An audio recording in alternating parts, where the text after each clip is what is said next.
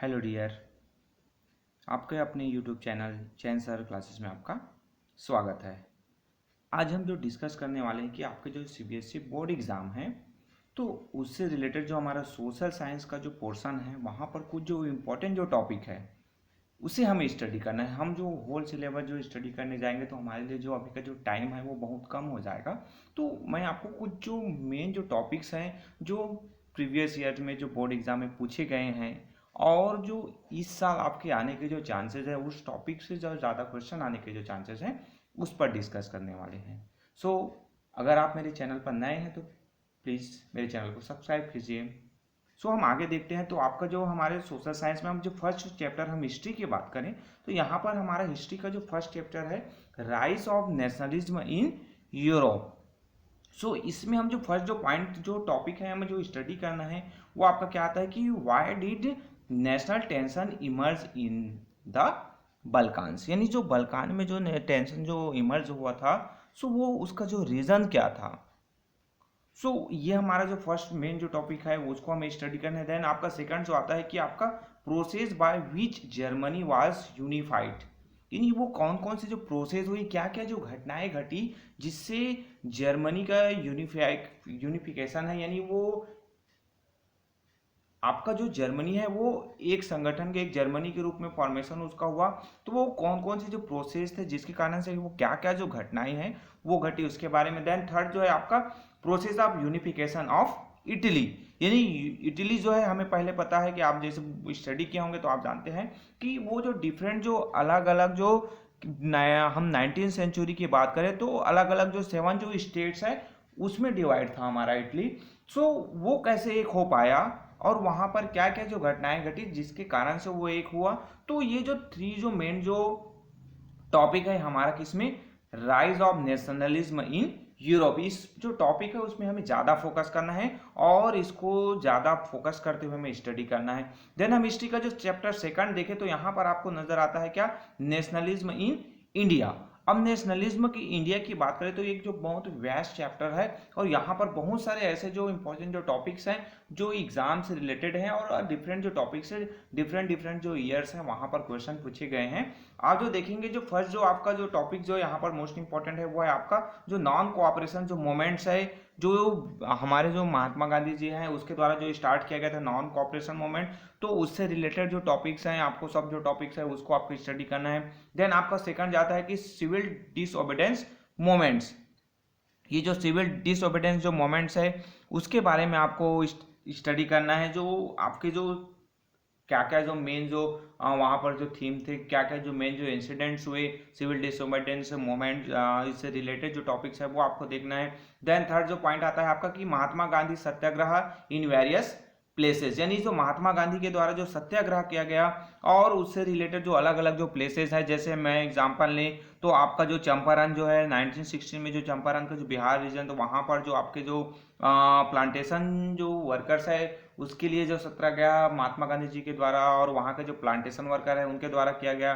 साथ ही साथ 1917 में उसी समय आप देखेंगे तो आपके जो गुजरात का जो खेड़ा जो डिस्ट्रिक्ट है जहाँ पर जो फैक्ट्री वर्कर्स के लिए जो क्या किया गया था, इन महात्मा गांधी जी के द्वारा आपके जो सत्याग्रह किया गया था, ये जो इंपॉर्टेंट वहां पर ये इवेंट्स हुए थे तो इनको आपको ध्यान में रखना है। देन फोर्थ पॉइंट आता है कि differences emerge the Congress and Muslim league on political issues, यानी आप जो देखेंगे इसमें आपने स्टडी किया होगा तो आपको पता होगा कि जो कांग्रेस और मुस्लिम लीग थे तो कहीं ना कहीं कांग्रेस के बारे में ये कहा जा रहा था कि वो जो है कहीं ना कहीं हिंदू से उसका जो रिलेशन ज़्यादा होते जा रहा है और कहीं ना कहीं अगर उन जब हमारा कंट्री जो इंडिपेंडेंट होगा तो मुस्लिमों के लिए इस जो कंट्री में कुछ नहीं बचेगा। तो इसको ध्यान में रखते हुए मुस्लिम जो लीग है, मुस्लिम जो लीडर्स हैं वो और जो कांग्रेस है उनके जो व्यूज़ हैं, उनके जो थिंकिंग्स है वो चेंज होने लगे थे और जो दोनों जो एक समय दोनों अलग पार्टी के रूप में दोनों के जो रास्ते हैं वो अलग हो गए थे। देन पूना पैक्ट के बारे में एक जो इंपॉर्टेंट पॉइंट्स आता है आपका कि जो हमारे जो डॉक्टर भीमराव अम्बेडकर जी थे वो और जो महात्मा गांधी जी के जो व्यूज हैं, दोनों के जो व्यूज हैं आपके जो सेकंड राउंड टेबल जो कॉन्फ्रेंस हुआ था उस समय जो दोनों के जो व्यूज हैं वो बदल गए थे और आपके जो अंबेडकर जी है उसने जो डिमांड कर दिया था कि जो डिफरेंट जो कॉन्स्टिट्यूएंसीज है वो दलित के लिए होने चाहिए। तो कहीं ना कहीं ये जो पुनः जो पैक्ट है दोनों के बीच एक जो समझौता हुआ वो उसी से रिलेटेड है। तो ये भी एक इम्पोर्टेंट टाइम है टॉपिक है। तो आपको ये जो नेशनलिज्म इन इंडिया यहाँ पर आपको 5 ये जो डिफरेंट जो पॉइंट्स है उसको आपको स्टडी करना है।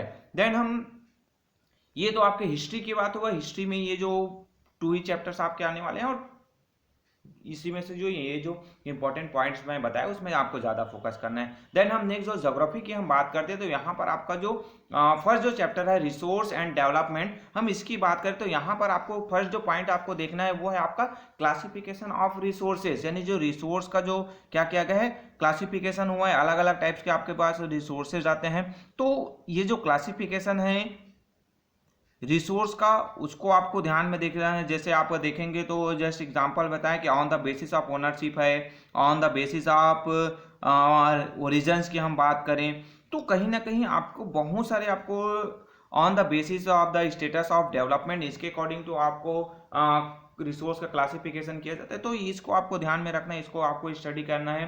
देन नेक्स्ट जो आता है आपके खादर और बांगर है, ये हमारे क्या है सॉइल टाइप के हैं। तो इसके जो मेजर जो कैरेक्टर है उसके बारे में आपको यानी जो खादर है और बांगर के बारे में स्टडी करना है। देन आपका नेक्स्ट जो पॉइंट आता है कि जो रेगड जो सॉइल है उसके बारे में आपको स्टडी करना है। साथ ही साथ इसका जो फॉर्मेशन है वो किस टाइप का है और इससे जो इंपॉर्टेंट जो रिलेटेड जो पॉइंट्स है रेगड सॉइल से रिलेटेड आज के जो बेसिक जो मेन जो फीचर्स है उसको आपको स्टडी करना है।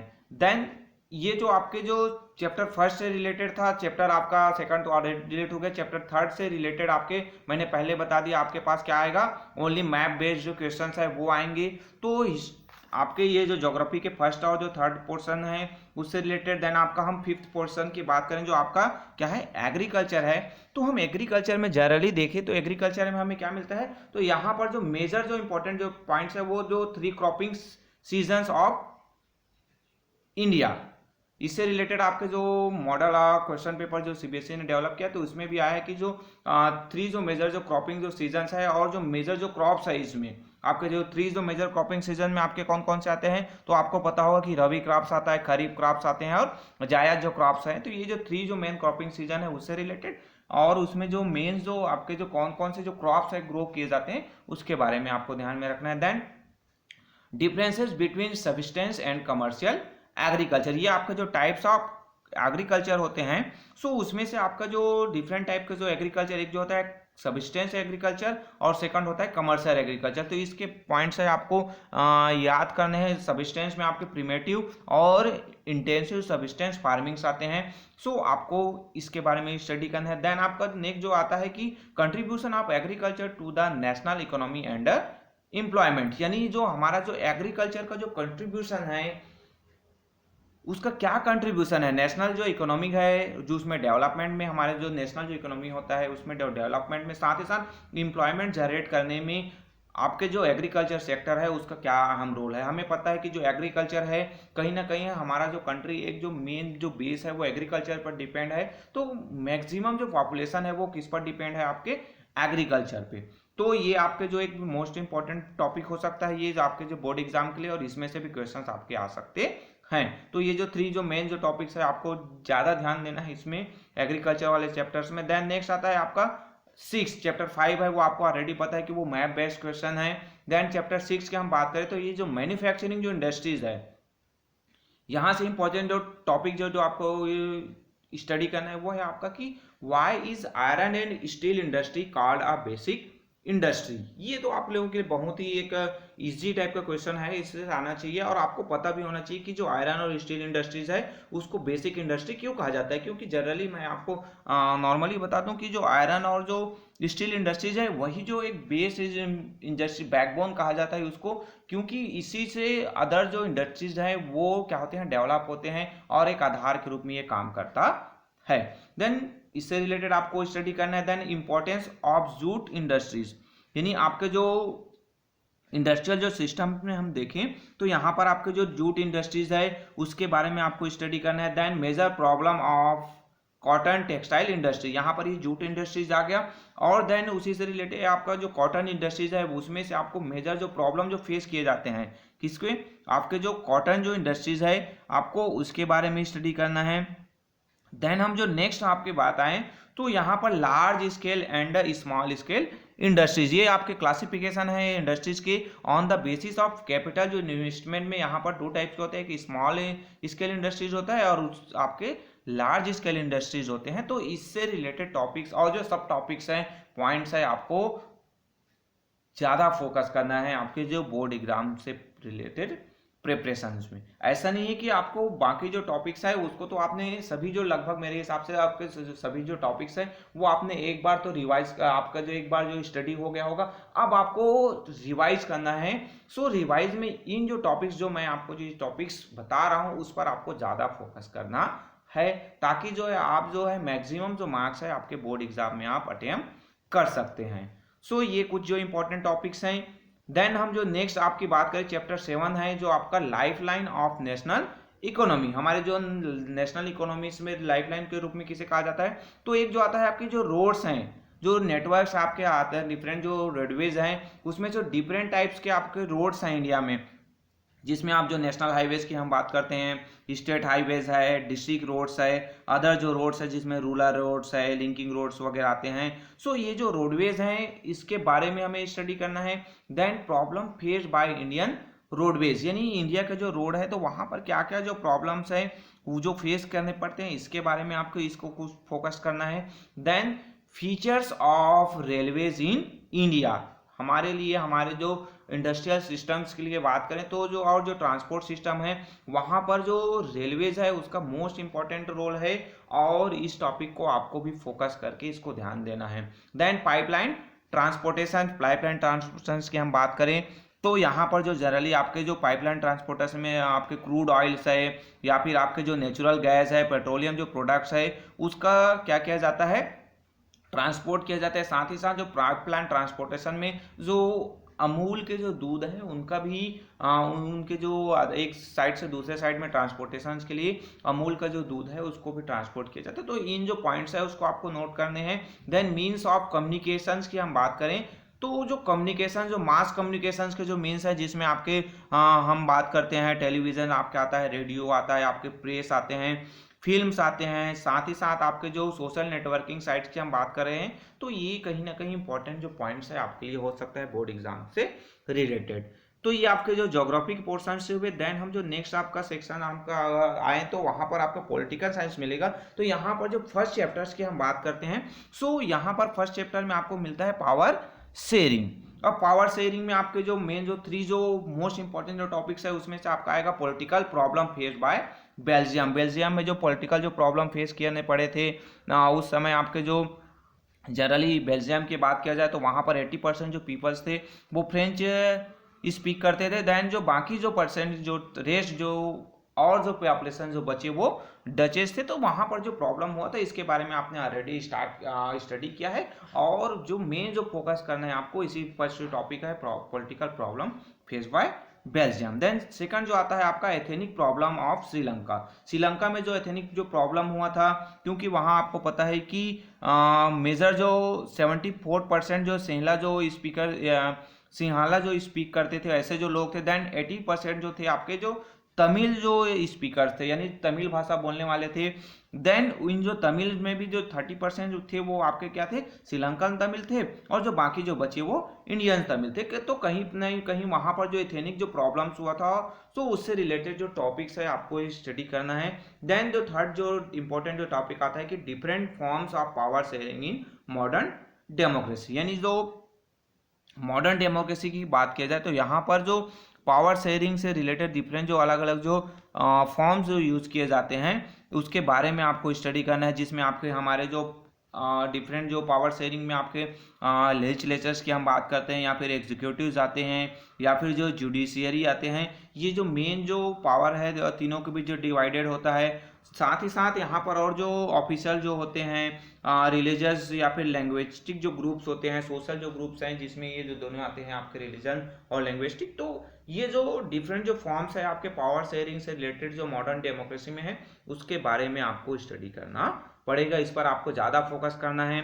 देन हम नेक्स्ट जो चैप्टर सेकंड की बात करें तो फेडरलिज्म की बात है, तो यहाँ पर जो मेन जो टॉपिक्स बताया है आपका मेन जो है what is federalism and its features, यानी आपके फेडरलिज्म क्या है। तो फेडरलिज्म में हमें पता है कि जो फेडरलिज्म में ये होता है कि जो डिवाइड किया जाता है पावर का किसके बीच, आपके जो सेंट्रल है और जो अदर जो वेरियस जो कॉन्स्टिट्यूएंट जो यूनिट्स है जो कंट्री में, और जो अदर जो यूनिट्स होते हैं जिसमें आपके स्टेट्स आते हैं या फिर आपके जो लोकल जो गवर्नमेंट्स आते हैं, तो इनके बीच जो आपका क्या होता है कि फेडरलिज्म में पावर का जो शेयरिंग होता है, इसके जो मेन जो फीचर्स है उसको आपको ध्यान में रखना है।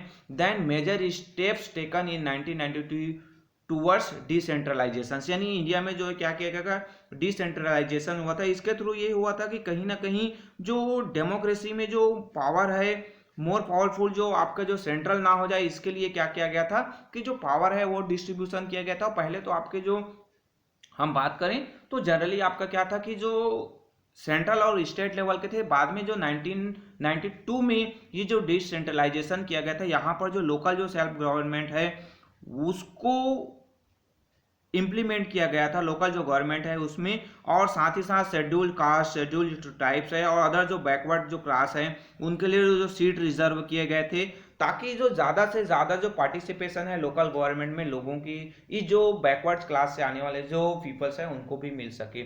सो ये आपके मेजर जो इंपॉर्टेंट टॉपिक्स हैं फेडरलिज्म से रिलेटेड वो हो सकते हैं। आपको यहाँ पर फेडरलिज्म में आप जो ध्यान दे सकते हैं कि जो अलग अलग जो हम बात करें तो पावर्स होते हैं, उसमें आपके जो अदर अदर जो सब्जेक्ट होते हैं तो उसको आपको ध्यान में रखने हैं। नेक्स्ट हम बात करें जो आपका चैप्टर थर्ड जो आता है आपके जो पॉलिटिकल साइंस से रिलेटेड, तो वो है आपका पॉलिटिकल पार्टीज। अब ये पॉलिटिकल पार्टीज में हम बात करें तो यहाँ पर आपका फर्स्ट जो पॉइंट आता है कि merits and demerits of multi party system, यानी जो हम बात करें तो आपके जो डेमोक्रेसी है वहां पर जनरली मल्टी पार्टी सिस्टम होता है, तो उसका आपको मेरिट्स और डिमेरिट्स यानी जो उनकी क्या अच्छाइयाँ हैं और क्या बुराइयां हैं उसको आपको ध्यान में रखना है, और ये एक इंपॉर्टेंट टॉपिक आपके लिए हो सकता है। देन हम उसके कैरेक्टर की बात करें तो पॉलिटिकल जो पार्टीज है और उसके जो फंक्शंस हैं, कैरेक्टरिस्टिक और of political parties and functions, तो पॉलिटिकल पार्टी से रिलेटेड ये जो इंपॉर्टेंट जो पॉइंट्स हो सकता है। Then role of opposition party in democracy, यानी जो डेमोक्रेसी में जो अपोजिशन है उसका बहुत ही बड़ा रोल होता है, इंपॉर्टेंट जो रोल होते हैं, तो इसको भी आपको ध्यान में रखना है। देन ये फोर्थ जो पॉइंट है उसको भी आपको एक नजर आपको ध्यान में रखना है कि features of Congress party in India. तो ये जो मोस्ट इंपॉर्टेंट जो टॉपिक्स हैं ये है आपके, इसमें से आपको ये जो मेरिट्स एंड डिमेरिट्स है मल्टी पार्टी सिस्टम का, और ये आपके जो सेकंड जो टॉपिक्स है उसको ज़्यादा फोकस करना है। ये जो मेन जो है आपके ज़्यादा इंपॉर्टेंस आपको लगेंगे और इससे क्वेश्चंस आने के चांसेस आपके ज़्यादा हैं। देन हम नेक्स्ट आते हैं आपका कि चैप्टर 7 है आउटकम्स ऑफ डेमोक्रेसी, यानी जो डेमोक्रेसी में आउटकम्स की बात किया जाए तो यहाँ पर जो फर्स्ट जो पॉइंट्स आपका आता है इंपॉर्टेंट, जिसमें differences between democracy and dictatorship, यानी आप जो देखेंगे तो जो डिफरेंसेस क्या है दोनों के बीच, आपके जो डेमोक्रेसी और डिक्टेटरशिप है, क्योंकि जो हम देखें कि डेमोक्रेसी एक अलग फॉर्म्स है, आपके डिक्टेटरशिप जो है अलग फॉर्म्स है, तो दोनों के बीच जो डिफरेंसेस है यहाँ पर जो पीपल्स हैं पॉलिटिकल पार्टीज हैं वो वहाँ पर जो पीपल्स के जो राइट्स हैं उनको ज़्यादा फेवर किया जाता है, बट डिक्टेटरशिप में ऐसा नहीं है, तो इसको आपके डिफरेंसेस है उसको आपको ज़्यादा फोकस करना है। देन ये भी मोस्ट इंपॉर्टेंट क्वेश्चन है जिसमें democratic government are better than its alternative, explain the statement merits of democracy, यानी आप हमने प्रीवियस क्लासेज आपके जो पहले आपने देखा था डेमोक्रेसी की जो मेरिट्स हैं उसको यहाँ पर आप नोट डाउन कर सकते हैं, क्योंकि आपका जो डेमोक्रेटिक जो यहाँ पर जो डिफरेंसेस हैं उसमें से कुछ पॉइंट्स आपके यहाँ पर भी आ जाएंगे, तो जनरली आपके जो मेरिट्स ऑफ डेमोक्रेसी है उसको इस टाइप पे आपके क्वेश्चन आते हैं तो उसको आपको नोट कर देना है।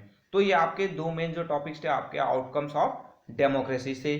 तो ये आपके जो पॉलिटिकल साइंस से जो मोस्ट इंपॉर्टेंट जो टॉपिक्स हो सकते थे अलग डिफरेंट डिफरेंट चैप्टर्स के, उसके इंपॉर्टेंट पॉइंट्स मैंने आपके बता दिए। देन आपका नेक्स्ट आता है कि जो इकोनॉमिक्स है उसके कौन कौन से जो इंपॉर्टेंट जो पॉइंट टॉप चैप्टर है उसमें क्या इंपॉर्टेंट जो पॉइंट्स हैं जो आपके बोर्ड एग्जाम के लिए बहुत ही ज़्यादा इंपॉर्टेंट हैं, जिसके आने के जो चांसेस हैं, जो हम प्रीवियस ईयर के जो पैटर्न जो देखें तो यहाँ पर आपको फर्स्ट जो नज़र आएगा, फर्स्ट जो चैप्टर है डेवलपमेंट में, वहाँ पर सस्टेनेबिलिटी ऑफ डेवलपमेंट, ये आपके मोस्ट इंपॉर्टेंट पॉइंट्स हो सकते हैं। आपके जो मॉडल आंसर, आपके जो मॉडल जो क्वेश्चन पेपर जो है सीबीएसई के द्वारा जो जारी किए गए, तो उसमें भी इससे रिलेटेड आपके पास क्वेश्चन दिए गए थे। तो सस्टेनेबिलिटी ऑफ डेवलपमेंट ये बहुत ही ज़्यादा मोस्ट इंपॉर्टेंट टॉपिक डेवलपमेंट से रिलेटेड है। Then how to compare different countries.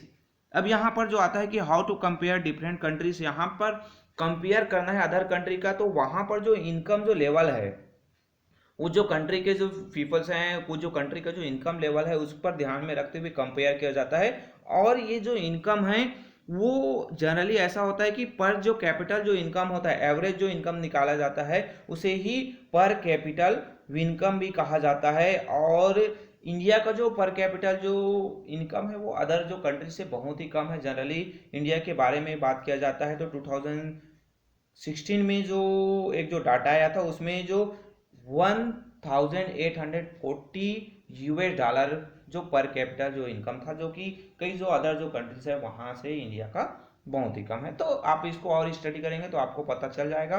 तो इससे रिलेटेड जो टॉपिक्स है आपको स्टडी करने हैं। तो ये जो 2 इंपॉर्टेंट जो टॉपिक्स थे आपको डेवलपमेंट में देखना है। देन आपका नेक्स्ट आता है कि सेक्टर्स ऑफ इंडियन इकोनॉमीज।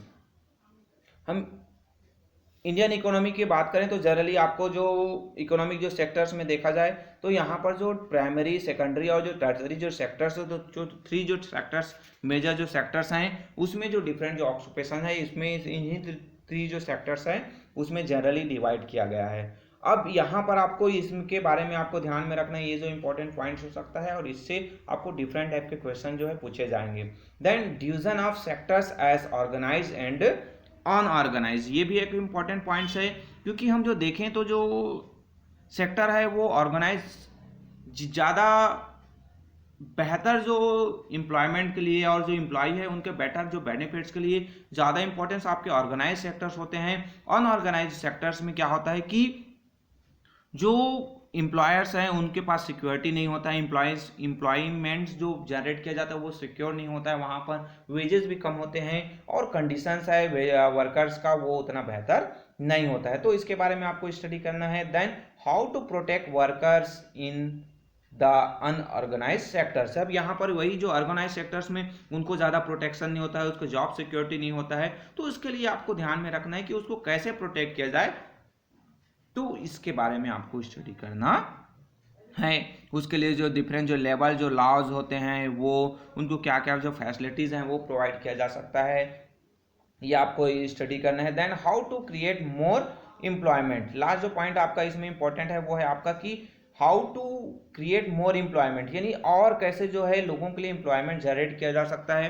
तो इसमें आपका जो मोस्ट जो इंपॉर्टेंट जो पॉइंट्स आता है कि जो हमारी जो प्लानिंग कमीशन है उसने जो आपके जो टूरिस्ट जो सेक्टर है, टूरिज्म है, उसको इंडिकेट किया था कि इस सेक्टर में और जो एम्प्लॉयमेंट जनरेट किया जा सकता है। साथ ही साथ हमारा जो मनरेगा है, रोजगार जो गारंटी की बात करते हैं, जो रूरल एरियाज में एम्प्लॉयमेंट प्रोवाइड करने के लिए 100 डेज का जो गारंटीड जो एम्प्लॉयमेंट जो प्रोवाइड किया जाता है, तो इससे रिलेटेड है आपको टॉपिक्स है, क्वेश्चंस है, वो आपको याद करने हैं, आपको रिमेंबर करना है आपके बोर्ड एग्जाम से रिलेटेड। देन आपका नेक्स्ट जो आता है कि चैप्टर 3 मनी एंड क्रेडिट्स। तो यहाँ से आपकी बात करें तो फर्स्ट जो पॉइंट्स आपका इंपॉर्टेंट है वो है फंक्शनिंग ऑफ मनी। देन आपका नेक्स्ट जो आता है कि what is banking and the main features of banking, यानी आपको जो पैसा क्या मनी है, फंक्शनिंग ऑफ मनी उससे रिलेटेड, और जो बैंकिंग जो सिस्टम है उससे रिलेटेड क्वेश्चंस है, उससे रिलेटेड है टॉपिक्स है, आपको स्टडी करना है। जैसे हम बात करें तो करेंसी की बात करें, बैंक जो सिस्टम है और रिजर्व बैंक है, मेन जो हमारा बैंक होता है अंडर उसके अंडर कंट्रोल में, और जो अदर बैंक है वो हैं। तो जो बैंकिंग सिस्टम है उससे रिलेटेड है, बैंकिंग का जो फीचर्स है उसको आपको देखना है। Then functioning of self help group, इससे रिलेटेड आपके मॉडल क्वेश्चन पेपर है, वहां पर आपके क्वेश्चन दिए गए हैं सीबीएसई के द्वारा। तो जो सेल्फ हेल्प ग्रुप है, स्व सहायता समूह की हम बात करते हैं, तो उससे रिलेटेड पॉइंट्स आपको स्टडी करना है। Then Reserve Bank of India in controlling sector loans के बारे में यहाँ पर जो मेन जो चीज़ आता है, एक जो आपका फॉर्मल सेक्टर और एक जो है इनफॉर्मल सेक्टर्स है, दो जो सेक्टर्स है जहाँ से जो पीपल्स हैं वो लोन लेते हैं। आपके जो फॉर्मल सेक्टर्स की बात करें तो उसमें जो है रिजर्व बैंक का कंट्रोल होता है, वो जो बैंक जो लोन प्रोवाइड होने वाले करने वाले ऑथोराइज जो संस्थाएं होती है वो आपके फॉर्मल सेक्टर में आते हैं। बट इन फॉर्मल सेक्टर की बात करें तो मनी लैंडर्स हो गए आपके, या फिर जो ट्रेडर्स हैं, एम्प्लॉयर्स हैं, रिलेटिव्स हैं, फ्रेंड्स हैं, उनके पास से जो लोन लिया जाता है हाई रेट्स ऑफ इंटरेस्ट में, मनी बहुत ज़्यादा जो है इंटरेस्ट रेट लेते हैं वो। तो वो जो इनफॉर्मल जो सेक्टर्स और फॉर्मल जो सेक्टर्स है उससे रिलेटेड जो है आपको स्टडी करना है। तो ये जो आपके 4 जो इंपॉर्टेंट पॉइंट्स आपके जो मनी एंड क्रेडिट से रिलेटेड चैप्टर्स हुए। देन आपका चैप्टर 4 आता है ग्लोबलाइजेशन एंड इंडियन इकोनॉमी। अब इसमें जो इंपॉर्टेंट जो हम पॉइंट्स की बात करें तो फर्स्ट जो पॉइंट्स आपका आता है कि impact of globalisation in India. यानी जो ग्लोबलाइजेशन है एक जो वैश्वीकरण हुआ, यानी आप जो देखोगे कि जो जो डिफरेंट कंट्रीज के जो आपके फॉर्म्स हैं वो अदर डिफरेंट कंट्रीज में उनके जो फैक्ट्रियाँ होती है और जो उनका जो ट्रेडिंग है एक कंट्री से दूसरे कंट्रीज के बीच होता है। तो ये जो ग्लोबलाइजेशन का जो इम्पैक्ट है वो इंडिया में किस रूप में पड़ा इसके बारे में आपको देखना है। देन लिबरलाइजेशंस एंड प्राइवेटाइजेशंस के बारे में बात, यहाँ पर उदारीकरण की हम बात करते हैं या फिर प्राइवेटाइजेशन की बात हुआ कि जो अभी आपको सुनने को मिल रहा है हमारा जो गवर्नमेंट है, अभी जो गवर्नमेंट जो चल रहा है करंट में, वो बहुत सारे जो ऐसे जो गवर्नमेंट जो ऑर्गेनाइजेशन है उनको प्राइवेटाइजेशन कर रहा है। अब उसके जो रिजल्ट उसने ये बताया कि उससे बेहतर जो डेवलपमेंट हो सकता है और जो लोगों को बेहतर जो सुविधाएं हैं, फैसिलिटी है वो भी प्रोवाइड किया जा सकता है। जैसे आपका रेलवे के कुछ जो ट्रेन है उसका प्रोवाइड है, आपके जो प्राइवेटाइजेशन किया गया। बहुत सारे जो आपके जो हमारे एयर जो इंडियन हमारा जो एयरलाइंस है उसको प्राइवेटाइजेशन करने के बारे में कहा जा रहा है। एयरपोर्ट्स है बहुत सारे उसको जो प्राइवेटाइजेशन कर दिया गया है। साथ ही साथ कुछ जो बैंक्स हैं उसको प्राइवेटाइजेशन करने का जो गवर्नमेंट के द्वारा प्रयास किया जा रहा है। तो कहीं ना कहीं ये जो लिबरलाइजेशंस और हम प्राइवेटाइजेशंस की बात करें तो इससे रिलेटेड जो टॉपिक्स है आपको स्टडी करने हैं और जो बेहतर मार्क्स आपको अचीव करना है तो करेंट जो सिनेरियो में जो चीज़ें चल रही है उसको आपको इंक्लूड करना है आपके आंसर में। देन आपका जो थर्ड पॉइंट आता है कि impact of WTO on Indian economy, यानी ये जो वर्ल्ड ट्रेड ऑर्गेनाइजेशन है इसका जो इम्पैक्ट है वो इंडियन इकोनॉमी के में क्या पड़ा है। ये जो WTO यानी वर्ल्ड ट्रेड ऑर्गेनाइजेशन होता है वो उनका जो इम्पोर्टेंट रोल है किसमें, हमारे जो ये जो ग्लोबलाइजेशन है इंटरनेशनल जो ट्रेड होता है इसमें इनका इंपॉर्टेंट रोल होता है, क्योंकि इन्हीं के थ्रू ही जो फॉरेन कंट्री के साथ जो जितने भी अदर जो कंपनीज हैं वो इन्हीं के थ्रू होते हुए क्या करते हैं, वो ट्रेडिंग एक्टिविटीज करते हैं। सो इनका जो इम्पैक्ट है इंडियन इकोनॉमी में क्या पड़ा इसको आपको ध्यान में रखना है। देन नेक्स्ट जो पॉइंट आपका आता है कि जो what are MNCs and their functions, यानी आपके जो मल्टीनेशनल जो कंपनीज होते हैं वो क्या होता है इसके बारे में आपको ध्यान में रखना है, इसके स्टडी करने की। व्हाट आर MNCs यानी जो मल्टीनेशनल कंपनीज है और उसके जो फंक्शन है वो किस टाइप से वर्क करते हैं, तो इसके बारे में भी आपको उसके जो काम क्या है इसको आपको स्टडी करना है। मल्टीनेशनल जो कंपनीज के हम एग्जांपल ले सकते हैं। आजकल आप देखे होंगे, हम जस्ट एग्जांपल की टाटा की बात करते हैं तो टाटा की जो फैक्ट्री है इंडिया में भी है। देन अदर जो कंट्री है वहाँ पर भी आपको उनकी जो फैक्ट्रियां हैं वो मिल जाएगी।